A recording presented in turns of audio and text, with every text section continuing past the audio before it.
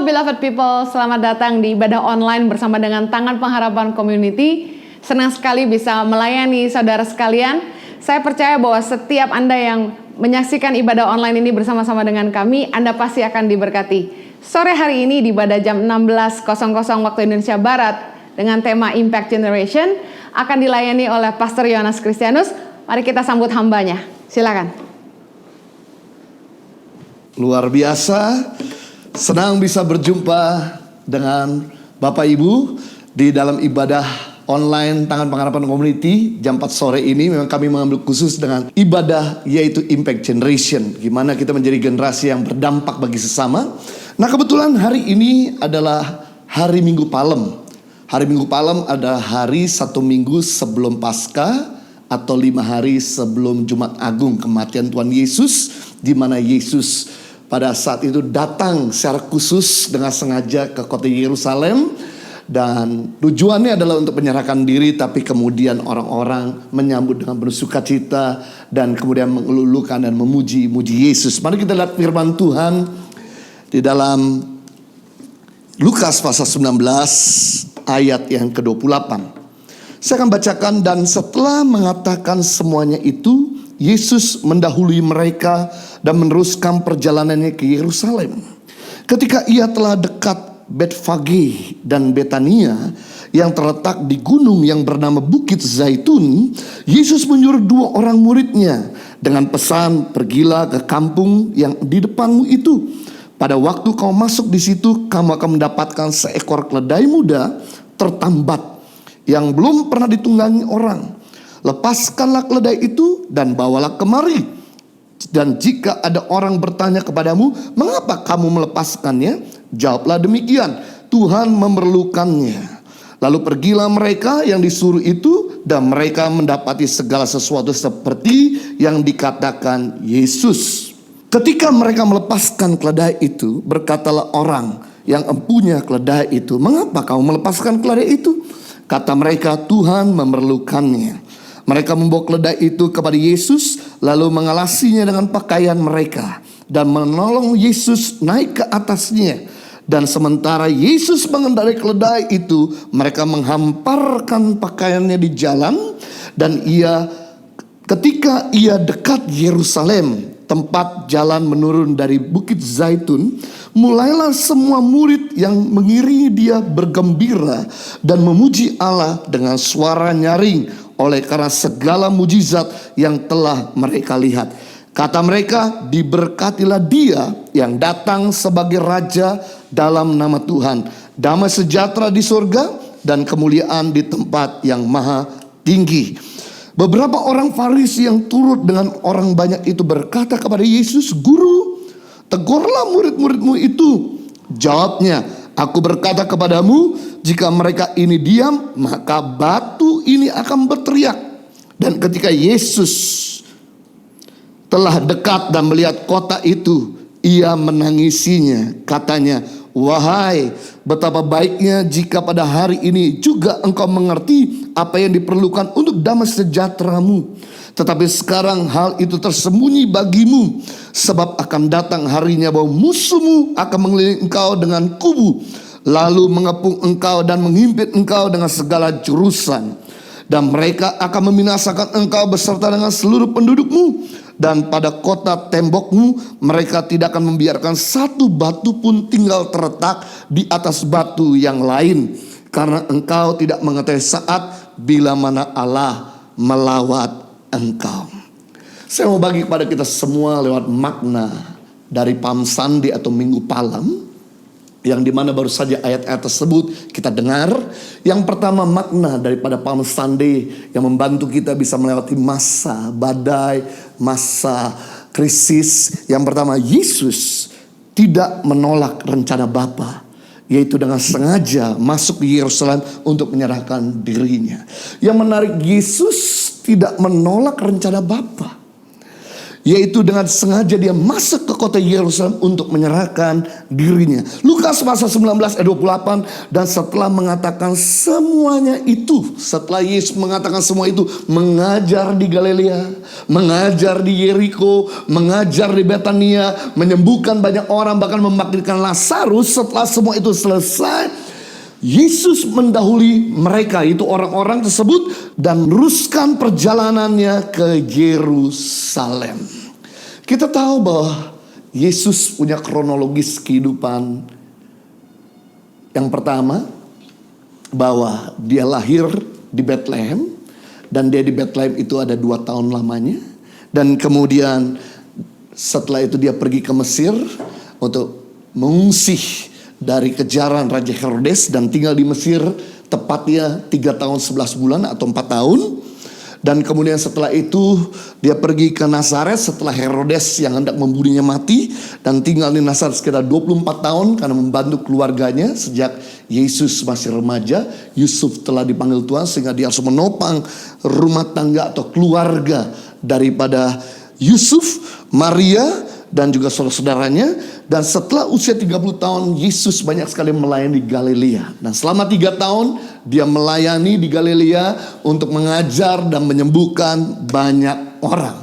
Nah, setelah lewat 3 tahun, Yesus kemudian sengaja untuk pergi ke kota Yerusalem 6 bulan terakhir masa hidupnya, untuk dia menyerahkan dirinya mati di atas kayu salib. Yang menarik adalah setelah Yesus sudah menyelesaikan semua pengajarannya, bahkan menolong begitu banyak orang, bahkan membangkitkan Lazarus dari kematian, dia mengambil keputusan untuk pergi masuk ke kota Yerusalem. Padahal Yesus punya kesempatan untuk pergi dari kota Yerusalem atau menghilang dari Israel. Karena kita tahu bahwa Yesus pernah didapatkan ketika orang-orang melempar batu, Yesus menghilang. Yesus bisa saja menghindar dari kota Yerusalem untuk tidak jadi mati. Tapi yang saya pelajari ternyata Yesus tahu bahwa ini rencana Bapa untuk dia masuk ke Yerusalem. Sebab kalau dia nggak masuk ke Yerusalem, dia tidak jadi ditangkap. Jadi tujuan dia masuk ke Yerusalem bukan untuk dipuji, bukan untuk dielukan, bukan untuk dimuliakan. Itu cuma bonus. Tapi tujuan utama Yesus masuk kota Yerusalem, yaitu dia menyerahkan dirinya kepada orang-orang Romawi, kepada para penyamun, kepada orang-orang Farisi yang hendak untuk membunuhnya, untuk menebus dosa kita. Satu gambaran bahwa di balik masalah selalu ada rencana Bapa yang jauh lebih mulia. Di balik masalah selalu ada rencana Bapa yang jauh lebih mulia. Tidak ada terang tanpa badai. Tidak ada promosi tanpa direndahkan. Tidak ada kesembuhan tanpa mengalami sakit penyakit terlebih dahulu. Tidak ada mujizat keuangan kalau kita nggak pernah mengalami kekurangan. Selalu rencana Tuhan sebelumnya diawali oleh yang namanya problem. Mungkin kita sedang menghadapi problem karena kehilangan pekerjaan saat ini, atau mungkin kita sekarang ini sudah tidak bisa lagi jalan dalam bisnis, sehingga kita dalam keadaan seperti ini tidak ada harapan. Tapi ketahuilah, jangan pernah menolak problem yang sedang kita hadapi, karena setelah problem ini berakhir, sebetulnya ada rencana Bapa yang tersedia di depan kita. Itu rencana yang mulia, rencana yang baik, yaitu rencana bukan kecelakaan. Yang menarik Bapak Ibu dan sahabat saya, dalam Roma pasal yang ke-8 ayat 28 dikatakan, kita tahu sekarang bahwa Allah turut bekerja dalam segala sesuatu untuk mendatangkan kebaikan bagi mereka yang mengasihi Dia, yaitu bagi mereka yang terpanggil sesuai dengan rencana Allah. Yang menarik di sini dikatakan dalam Roma 8:28, yaitu kita tahu sekarang bahwa Allah turut bekerja. Kata Allah turut bekerja dalam bahasa asli atau dalam bahasa Yunani artinya synergio, yang artinya dalam bahasa Inggris adalah sinergi. Kita tahu bahwa sinergi adalah gabungan 2 atau 3 energi yang menghasilkan pelipat gandaan kekuatan. Sinergi adalah gabungan 2 atau 3 energi yang menghasilkan pelipat gandaan kekuatan. Jadi kita bisa melihat bahwa ketika kita bekerja untuk bisa melewati masa krisis, Allah turut bekerja untuk mendatangkan kebaikan. Jadi kalau kita nggak pernah mengalami masalah, maka kita mungkin tidak bisa lihat cara Allah bekerja. Kalau hidup ini nyaman, semua serba terjamin, kita nggak pernah sakit, rumah tangga selalu bahagia, kita bisa mampu bayar semua billing, semua biaya hidup, bahkan kita nggak pernah ngalami yang namanya macet di jalan, semua serba tersedia. Betapa hambarnya hidup ini. Justru dia adalah sutradara yang sejati.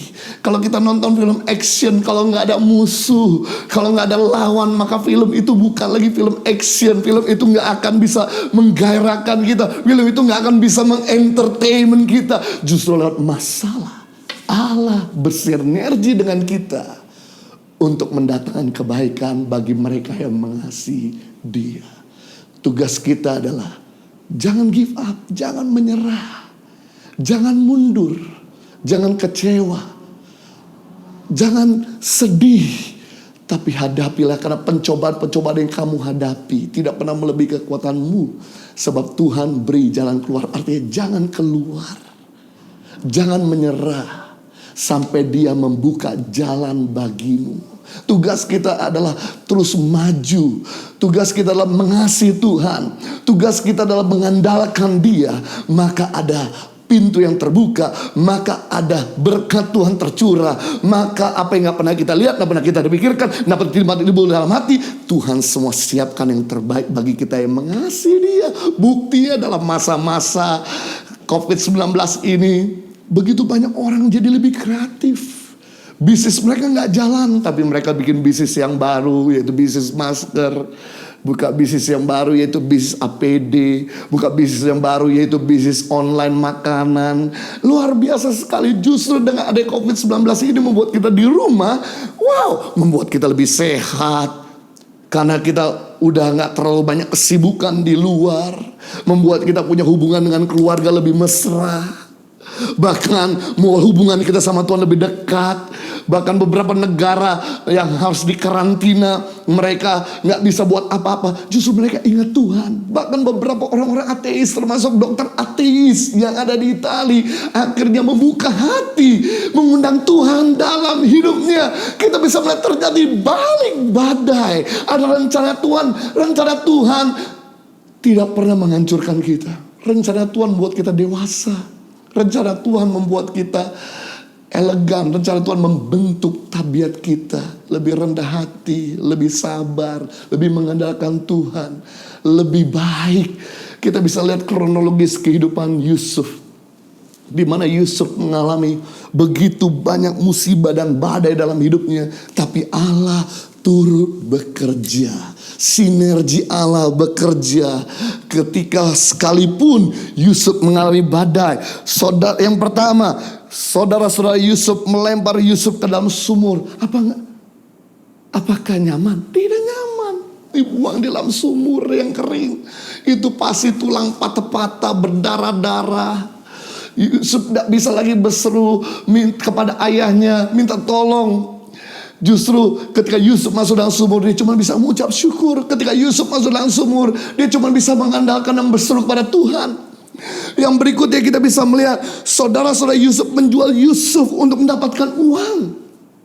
Dijualnya kepada orang Midian untuk dia bisa mendapatkan uang. Berikutnya kita bisa melihat bahwa kehidupan Yusuf begitu nggak nyaman, begitu uncomfortable, begitu sulitnya. Berikutnya orang Midian menjual Yusuf sebagai budak kepada Potifar di Mesir. Apakah dijual itu anak? Nggak enak. Budak itu nggak punya privacy, nggak ada waktu untuk istirahat, kerja tanpa dibayar, nggak ada waktu untuk bisa cek email, nggak ada waktu untuk balas WA. Kerja tanpa dibayar, siap sedia untuk melayani Tuhan. Kerja jadi budak tanpa dibayar. Dan kemudian Yusuf juga mengalami badai berikutnya. Dia harus dimasukkan dalam penjara oleh Potifar. Dan kemudian di dalam penjara Yusuf berbuat baik kepada banyak orang, termasuk kepala juru roti dan kepala juru minum. Tapi kemudian ternyata jasa dan kebaikan Yusuf diabaikan.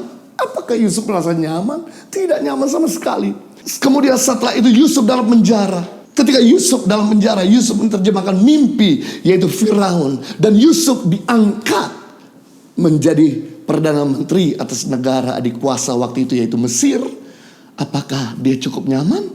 Dia mengalami badai berikutnya, yaitu 7 tahun masa kelaparan. Tapi yang menarik, Allah turut bekerja, sehingga akhirnya menyelamatkan Yusuf dan mengangkat Yusuf menjadi pemimpin dan menolong dunia dari krisis masa pangan global. Dan bahkan dia menolong keluarganya.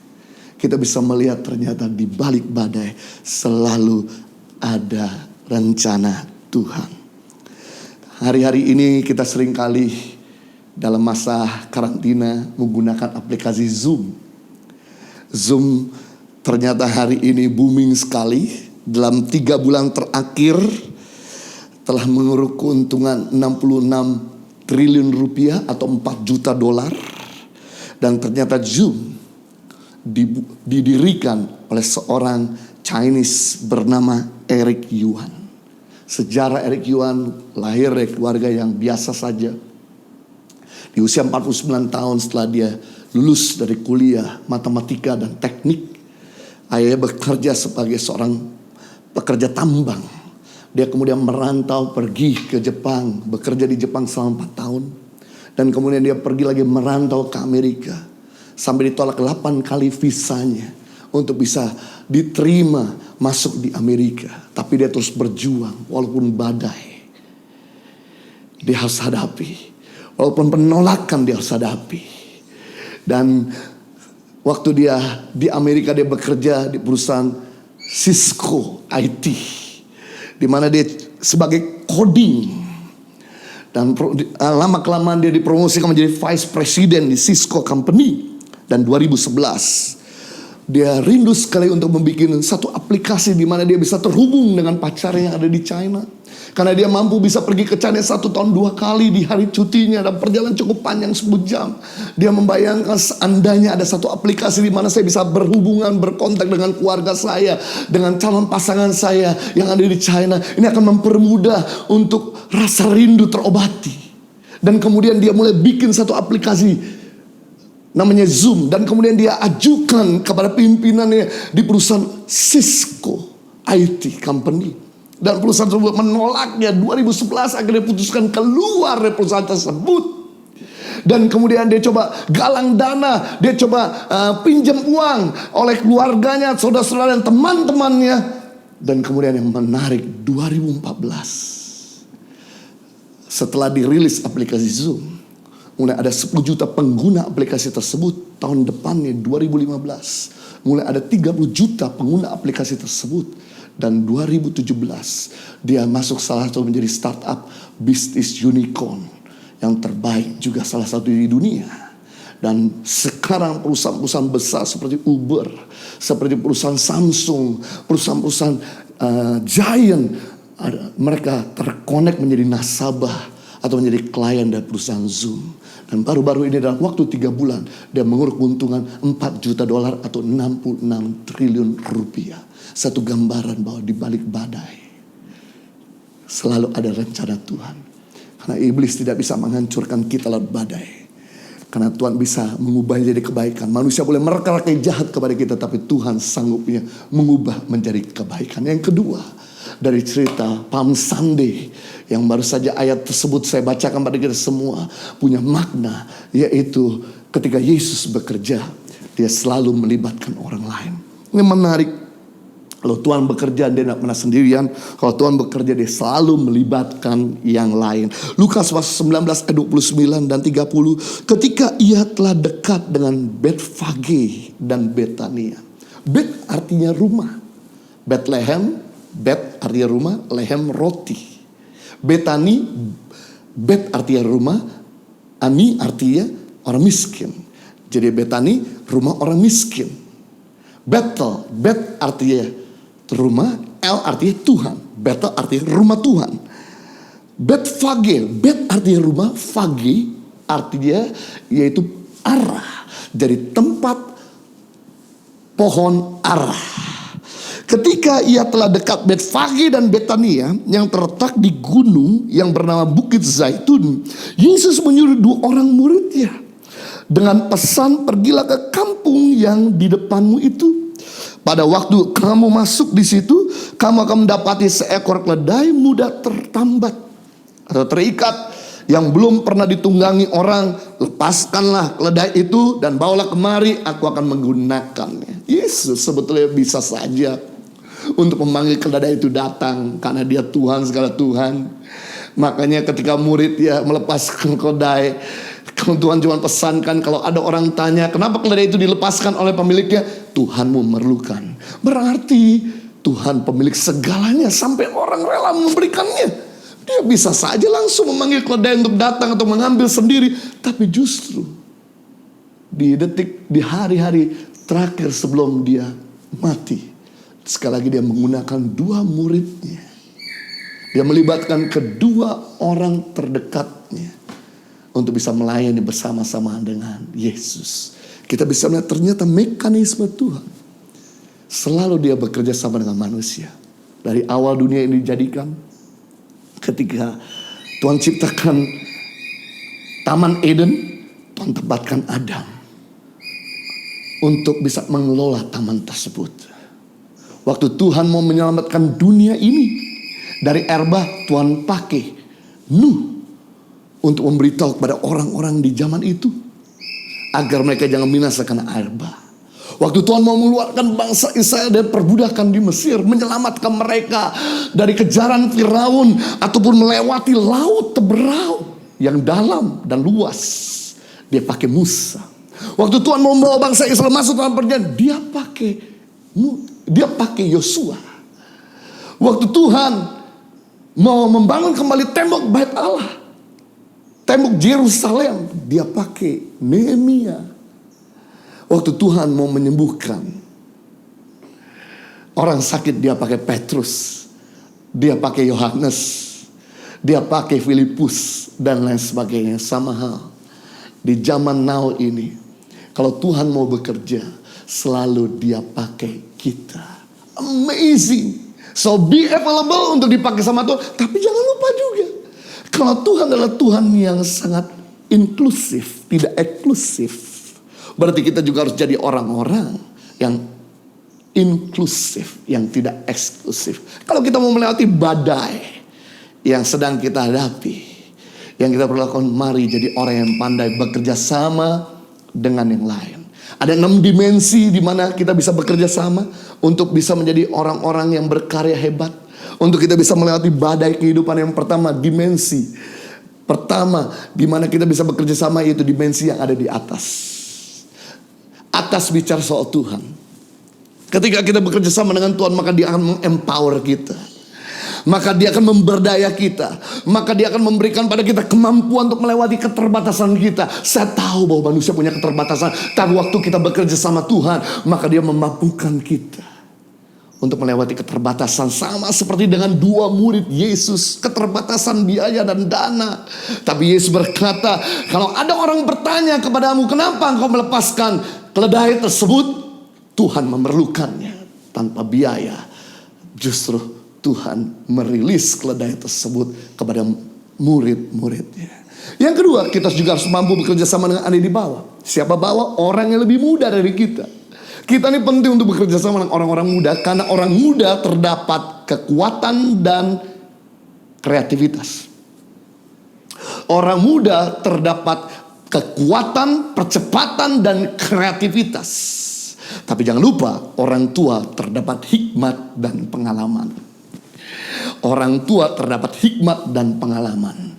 Jadi kalau kita ibaratkan sebuah mobil, orang muda itu gasnya, orang tua itu remnya. Jadi mobil kalau mau bisa berjalan, dia harus lebih banyak gas daripada rem. Rem sekali-kali supaya jangan nabrak. Jadi kalau organisasi kita mau bergerak, kalau kita punya pelayanan mau terus berkembang, kita punya mimpi mau jadi kenyataan, yang kita perlu lakukan adalah pastikan 75% isinya banyak orang muda. Tapi jangan lupa juga libatkan orang tua, karena orang tua terdapat hikmat dan pengalaman. Makanya saya heran kadang-kadang hari-hari ini begitu banyak orang tua atau nenek dan opa-opa yang sudah pakai TikTok. Luar biasa sekali. Sepertinya gak kelihatan orang tua, kelihatan seperti anak milenial. Kenapa? Karena bergaul sama cucu-cucunya. Jadi ketika kita bergaul dengan yang muda, maka kita dapat informasi yang baru. Ketika kita bergaul dengan yang muda, maka kita ada satu energi, ada satu semangat untuk menjalankan kehidupan ini. Yang berikutnya, kita juga harus mampu bekerja sama dengan yang ada di depan. Di depan bicara soal pemimpin. Karena pemimpin memberikan direction, arah. Pemimpin memberikan correction. Kalau kita gak punya arah, maka kita gak akan bisa sampai tujuan dengan benar. Justru karena arah lah, navigation lah, seperti Waze, seperti Google Map, menolong kita untuk bisa sampai tujuan lebih cepat dan terarah. Pemimpin memberikan direction dan correction. Kita ini masih manusia, anda lepas dari kesalahan, makanya butuh pemimpin yang melihat kita. Kalau kita mampu bekerja sama dengan pemimpin kita dengan baik, maka kita akan betul-betul menjadi orang-orang yang cemerlang. Karena dibutuhkan bantuan orang lain untuk mengeluarkan yang terbaik dalam dirimu. Dibutuhkan bantuan orang lain untuk mengeluarkan yang terbaik dalam dirimu. Saya tahu Tuhan kasih potensi dalam dirimu. Saya tahu Tuhan kasih talenta. Saya tahu bahwa Tuhan kasih kita kemampuan. Tapi sekali lagi, dibutuhkan bantuan orang lain untuk mengeluarkan yang terbaik dalam dirimu. Makanya pintu-pintu bekerja sama dengan orang yang ada di sekelilingmu, yaitu pemimpinmu. Dan yang keempat, kita juga harus mampu bekerja sama dengan orang yang di belakang. Siapa di belakang? Yang terbelakang pendidikannya, yang terbelakang ekonominya, yang terbelakang pengetahuannya. Kalau mereka yang di belakang gak kita tolong, suatu kali mereka step back kita dari belakang, mereka tikam kita dari belakang, kita gak pernah sadari. Tapi kalau mereka dipuaskan, mereka kenyang, mereka disehatkan, mereka berpendidikan, maka mereka suatu kali akan mendorong kita dari belakang untuk maju ke depan.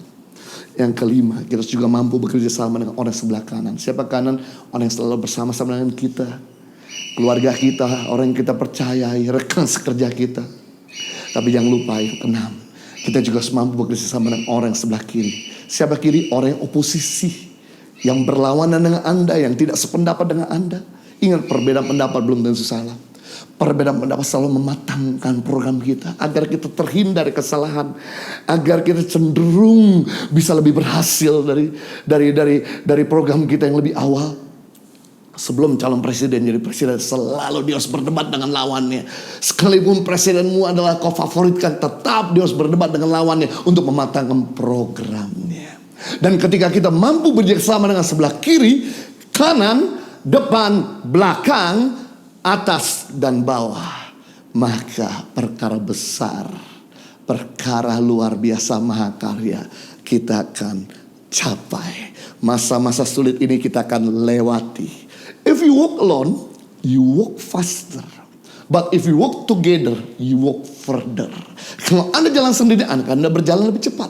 Tapi kalau Anda berjalan bersama-sama, kita akan berjalan lebih jauh. Perkara mahakarya, perkara besar hanya bisa dicapai bersama-sama. Itu supaya jadi inklusif lah. Jangan selalu ada di kamar, sibuk dengan personal dirimu, sibuk dengan gadgetmu, sibuk dengan gamersmu. Mulai inklusif, mulai bergaul dengan orang-orang yang ada di rumahmu.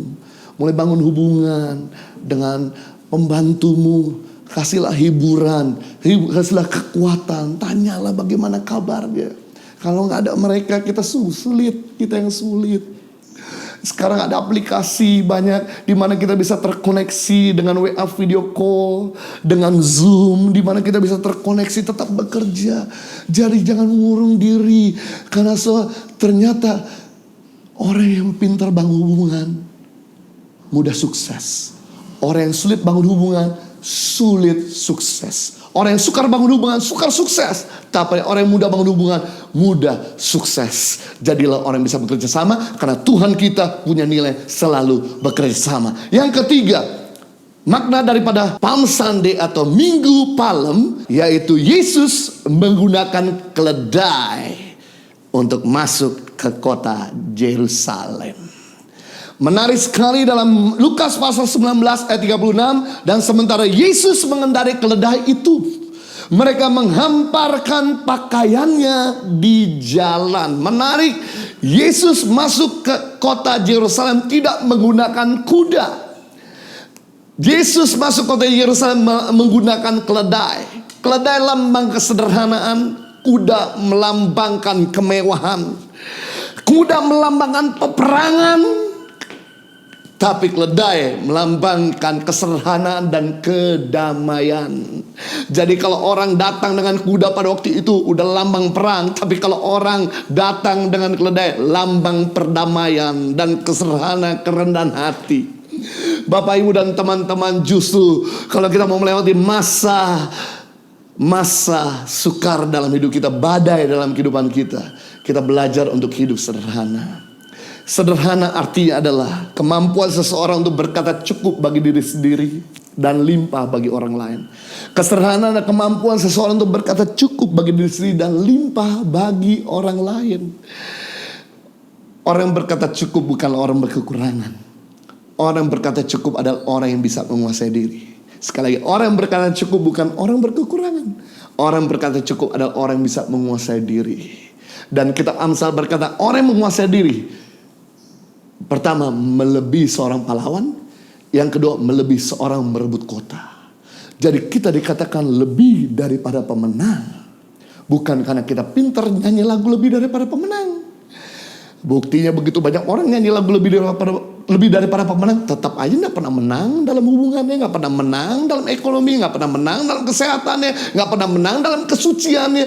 Kita dikatakan lebih daripada pemenang ketika kita mampu menguasai diri, bisa berkata cukup bagi diri dan limpah bagi orang lain.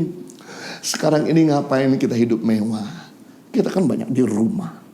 Nah, kalau Anda tahu bahwa kita ini nggak banyak shopping, nggak banyak kita keluar, ada baiknya kita bisa sisihkan income kita, berkat kita untuk bisa memberikan kepada orang lain.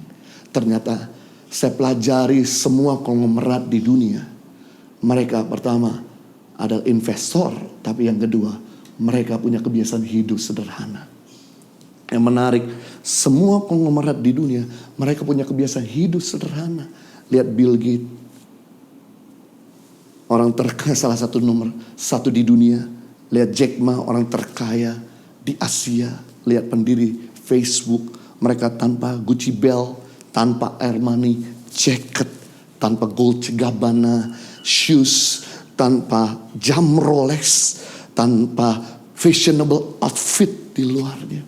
Tapi nggak mengurangkan dignity-nya, nggak mengurangkan martabatnya.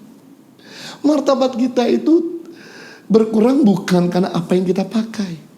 Martabat kita hilang, martabat kita hancur karena sikap hidup kita, karena perbuatan hidup kita. Jadi selama Anda punya nilai dalam hidup, Anda pakai kaos, pakai pakaian sederhana, gak akan mengurangkan nilai. Buktinya mereka adalah orang-orang yang sederhana, tapi gak mengurangkan martabat. Dan kita bisa, kenapa kita perlu hidup sederhana? Agar kita bisa menolong orang lain. Bill Gates dengan berkata cukup di 10% income-nya. Lalu 90% income sisanya dia bisa bagi kepada banyak orang-orang membutuhkan di Afrika. Memerangi yaitu malaria. Jack Ma juga dengan dia berkata cukup. Dan dia bisa menolong kemarin terakhir kali Indonesia dan sebagainya. Firman Tuhan berkata, berilah dan kamu akan diberi. Lukas 6 ayat 38. Yesus sendiri berkata, berilah maka kamu akan diberi. Suatu takaran yang baik, yang dipadatkan, yang digoncangkan dan tumbak keluar akan dicurahkan dalam ribaanmu. Sebab ukuran yang kamu pakai untuk mengukur akan diukurkan kembali kepadamu. Memberi sedikit, menerima sedikit, memberi banyak, menerima banyak. Tapi yang menarik di sini filosofi kerajaan Allah, yaitu mengajarkan give, it will given to you. Filosofi dunia berkata take and give. Terima dulu, ambil dulu, dapat dulu, baru kau bisa bagi. Tapi kalau Anda pakai sistem dunia, terima dulu, ambil dulu, baru bagi, nggak jalan-jalan. Kalau kamu nggak terima, berarti kamu nggak bisa memberi. Tapi filosofi kerajaan Allah menarik sekali, mengajarkan kita untuk melangkah terlebih dahulu. Perih dulu, sakit dulu, nabur dulu, bagi dulu, korban dulu, maka kamu akan diberi. Nah, pertanyaan adalah, kita nggak akan mungkin bisa memberi kalau kita sendiri foya-foya. Kalau kita sendiri tidak pernah berkata cukup bagi diri sendiri. Minggu yang lalu, hari Sabtu yang lalu tepatnya, ketika saya sedang bersiapkan materi apa yang saya mau bagikan di live streaming minggu lalu, tiba-tiba ada seorang hamba Tuhan dari daerah yang kirim WA yang berkata, Pak Jojo, saya mau untuk jemaat kami bisa tetap ikut ibadah.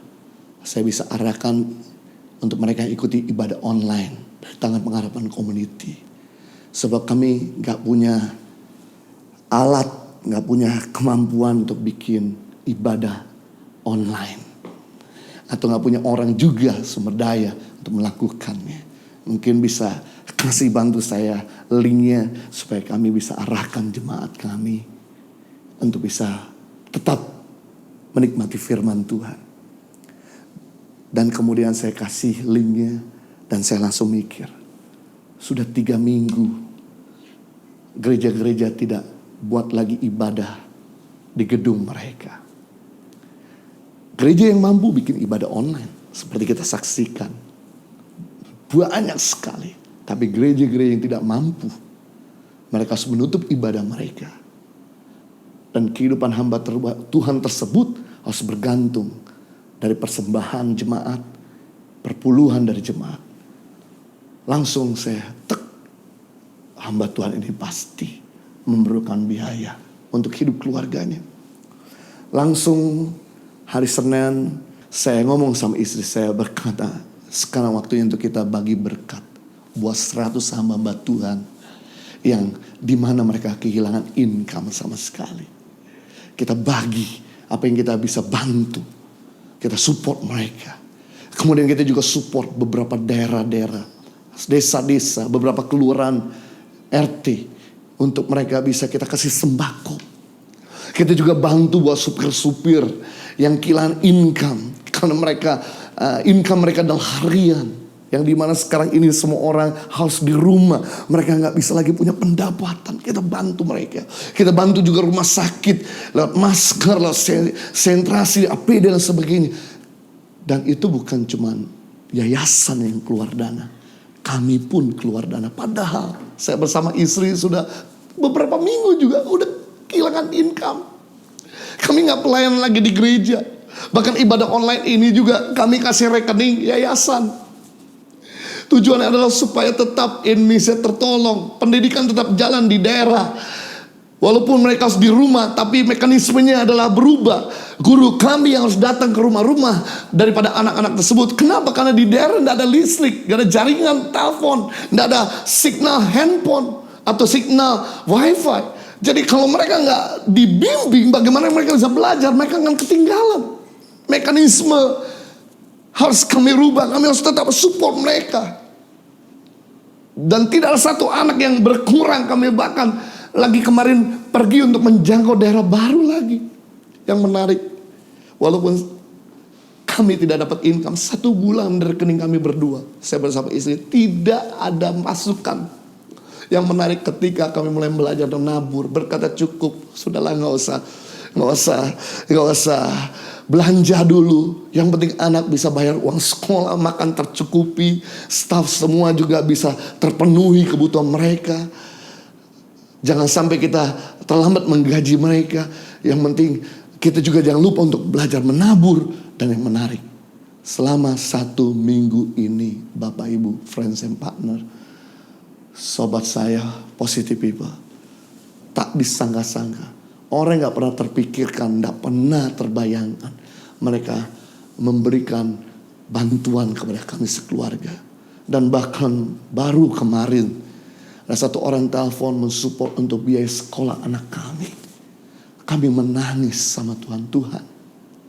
Kok bisa hal ini terjadi? Firman Tuhan berkata, berilah, maka kamu diberi. Ada orang menebar harta begitu luar biasa, selalu berkelimpahan. Tapi ada orang menahan harta begitu luar biasa, selalu berkekurangan. Berarti kita bisa melihat kelimpahan. Itu didapatkan ketika kita belajar berani menabur.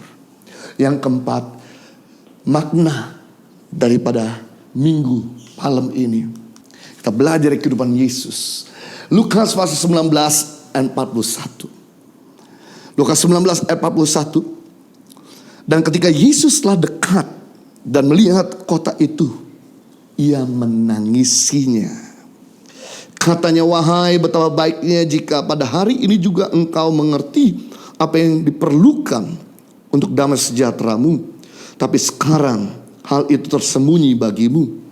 Sebab akan datang harinya bahwa musuhmu akan mengelilingi engkau dengan kubu, lalu mengepung engkau dan menghimpit engkau dari segala jurusan. Dan mereka akan membinasakan engkau beserta dengan pendudukmu. Dan pada tembokmu mereka tidak akan membiarkan satu batu pun tinggal terletak di atas batu yang lain. Karena engkau tidak mengetahui saat bila mana Allah melawat engkau. Sungguh kadang-kadang sebuah paradoks diperhatikan dari cerita. Di mana ketika orang-orang memuji Yesus, menghampar pakaian mereka, mereka melambai-lambai dengan daun palem. Daun palem lambang daripada kemenangan. Jadi kalau seandainya orang datang kepada kita membawa daun palem, lambang daripada kita menang atas pertempuran. Yang paradoks setelah orang memuji-muji Yesus, orang bersorak ketika Yesus melihat kota Yerusalem. Yesus langsung menangis dan berdoa syafaat untuk kota Yerusalem. Bapak Ibu, ternyata ketika saya pelajari firman Tuhan, Yesus itu menangis di dua tempat. Dalam Alkitab kita mendapati setidaknya ada dua peristiwa saat Yesus menangis. Yang pertama, peristiwa pertama, Yesus menangis ketika Yesus ketemu dengan Lazarus, di mana dia selama 6 bulan tinggal di Yerusalem, tinggal di rumah Lazarus. Kakaknya adalah Marta dan Maria. Dan ketika Lazarus meninggal, ketika Lazarus dikubur, Yesus kemudian menangis. Dia betul-betul tersaduh, dia betul-betul sedih. Ternyata orang yang dia kasihi pass away, meninggal. Dan disitulah Yesus kemudian berdoa dan kemudian Lazarus dibangkitkan. Yang kedua, peristiwa dalam Alkitab Yesus menangis, yaitu saat Yesus dipuji-puji. Setelah Yesus dipuji-puji, kemudian dia melihat kota Yerusalem, dia menangis. Kenapa? Karena orang-orang di kota Yerusalem menolak keselamatan. Orang-orang di kota Yerusalem justru tidak menerima Mesias. Justru orang-orang di kota Yerusalem, mereka menolak juru selamat dalam hidupnya. Yesus menangis bukan karena Yesus tidak punya uang. Yesus menangis, yang menarik di sini bukan karena Yesus ditolak. Yesus menangis di sini bukan karena Yesus disalib. Alkitab berkata ketika Yesus diludahi, ketika Yesus dimahkotai duri, ketika Yesus dipecut, ketika Yesus ditombak, ketika Yesus bahkan dipaku, Yesus tidak menangis. Bahkan Yesus mengampuni mereka yang melukainya. Yang menarik, Yesus menangis bukan karena kebodohan, bukan karena dosa, karena Yesus sudah bikin kebodohan, Yesus sudah bikin dosa. Yesus menangis bukan karena kekurangan, Yesus menangis untuk orang lain. Satu gambaran hari-hari ini di masa badai melanda, saatnya kita bukan menangis karena kita gak punya duit, karena kehilangan pekerjaan, karena bisnis kita gak jalan, karena keluarga kita sakit, karena kita telah tinggalkan orang yang kita kasihi. Tapi kita belajar untuk menangis untuk kepentingan orang lain. agar mereka dihibur, agar mereka ditolong. Kita menangis, berdoa syafaat untuk kota dan bangsa kita, agar tangan Tuhan tercurah. Karena doa syafaat artinya adalah saat berdoa. Doa syafaat artinya saat manusia berdoa atas nama orang lain. Doa syafaat artinya saat kita berdoa atas nama orang lain. Berdoalah dengan sikap hati, aku gak bisa tanpa Tuhan. Tidak berdoa dengan sikap hati, aku bisa tanpa Tuhan. Sekali lagi, berdoa dengan sikap hati, aku gak bisa tanpa Tuhan. Tidak berdoa dengan sikap hati, aku tidak bisa tanpa Tuhan. Firman Tuhan berkata, bersukacita dengan orang bersukacita, dan bersukacita dengan orang yang bersukacita. Hari-hari ini jangan bersukacita hanya karena kita kekurangan, hanya karena kita susah. Tapi mari arahkan duka cita kita kepada orang lain. Karena orang yang bersukacita, Matius pasal 5, akan dihibur, akan dikuatkan, akan diberikan kebahagiaan. Saatnya dimana kita sekarang hari-hari ini banyak bersyafaat bagi kota dan bangsa, bersyafaat bagi mereka yang kehilangan keluarganya, bersyafaat buat garda depan kita, yaitu para medis. Dan saya percaya ketika kita mulai bersyafaat, Tuhan akan turun tangan dan bekerja. Bukan cuma bekerja bagi orang lain, Tuhan juga akan bekerja buat kita. Karena orang yang berukacita akan dihibur. Bukan berukacita karena kepentingan kita, bukan berukacita karena kebodohan kita, bukan berukacita karena kesalahan dan dosa-dosa kita. Kita berukacita karena kepentingan orang lain, agar mereka diselamatkan. Saya percaya ketika kita melakukan keempat hal, di mana lewat Minggu Palem ini kita belajar yang pertama, untuk kita tidak menolak rencana Tuhan sekalipun kita harus melewati badai, karena Allah turut bekerja dalam segala sesuatu dan mendatangkan kebaikan. Yang kedua,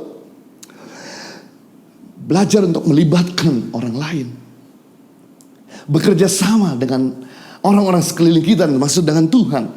Karena ini akan menolong kita, memabukkan kita untuk bisa melewati keterbatasan kita. Yang ketiga, kita belajar untuk bisa melewati badai lewat makna Minggu Palem ini. Kita harus belajar tetap hidup sederhana. Kita belajar untuk bisa jadi pembawa damai. Karena orang-orang belajar hidup sederhana, dia bisa limpah bagi orang lain. Dan yang keempat, kita belajar untuk kita bisa melewati masa badai lewat makna Minggu Palem ini, yaitu kita belajar untuk tidak menangisi diri kita, tapi kita menangisi orang lain. Seperti Yesus menangisi Lazarus yang telah meninggal dan menangisi kota Yerusalem. Kita juga belajar untuk menangisi mereka-mereka yang kehilangan keluarganya. Menangisi yaitu mereka yang sedang ada di garda depan. Menangisi buat para pemerintah kita yang terus bekerja dengan tanpa lelah, tidak ada libur, untuk bisa menyerang atau melawan corona COVID-19 ini. Dan kita juga bersyafaat untuk keluarga kita, bersyafaat untuk orang-orang yang belum diselamatkan. Saya percaya ketika kita melakukan keempat hal ini, maka hidup kita jadi berkat buat orang lain, dan Tuhan pasti memberkati kita. Luar biasa bahwa kita semua telah diberkati oleh kebenaran firman Tuhan. Live a better life. Saya percaya bahwa setiap Anda telah diberkati dengan message yang disampaikan oleh Pastor Yohanes Kristianus. Saya berdoa agar setiap firman yang disampaikan boleh Anda pahami dengan bahasa yang mudah dimengerti dan bisa Anda hidupi. Mari kita tutup dengan doa. Bapa, kami bersyukur buat firman-Mu. Kami berdoa agar firman-Mu yang hidup itu boleh mengubahkan kami, membaharui kami, dan menyegarkan jiwa kami.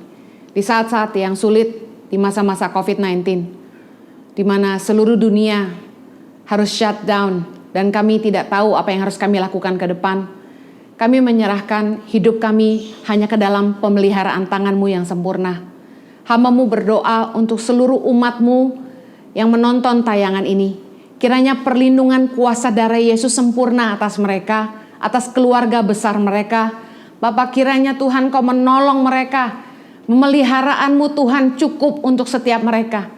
Tuhan, mungkin mereka ada yang mengalami jalan buntu dalam bisnisnya sepi dan lesu.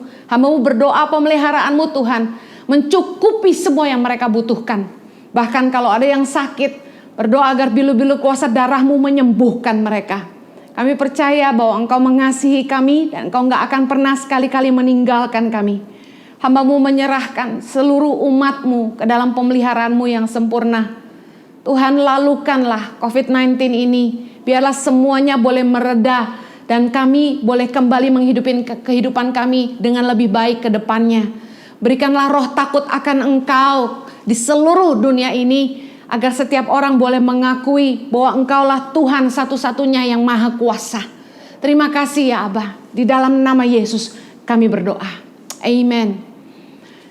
Minggu depan kita akan kembali mengadakan ibadah. Ada Jumat Agung hari Jumat, di mana saya dan Pastor Yohanes Kristianus akan menyampaikan pesan Jumat Agung.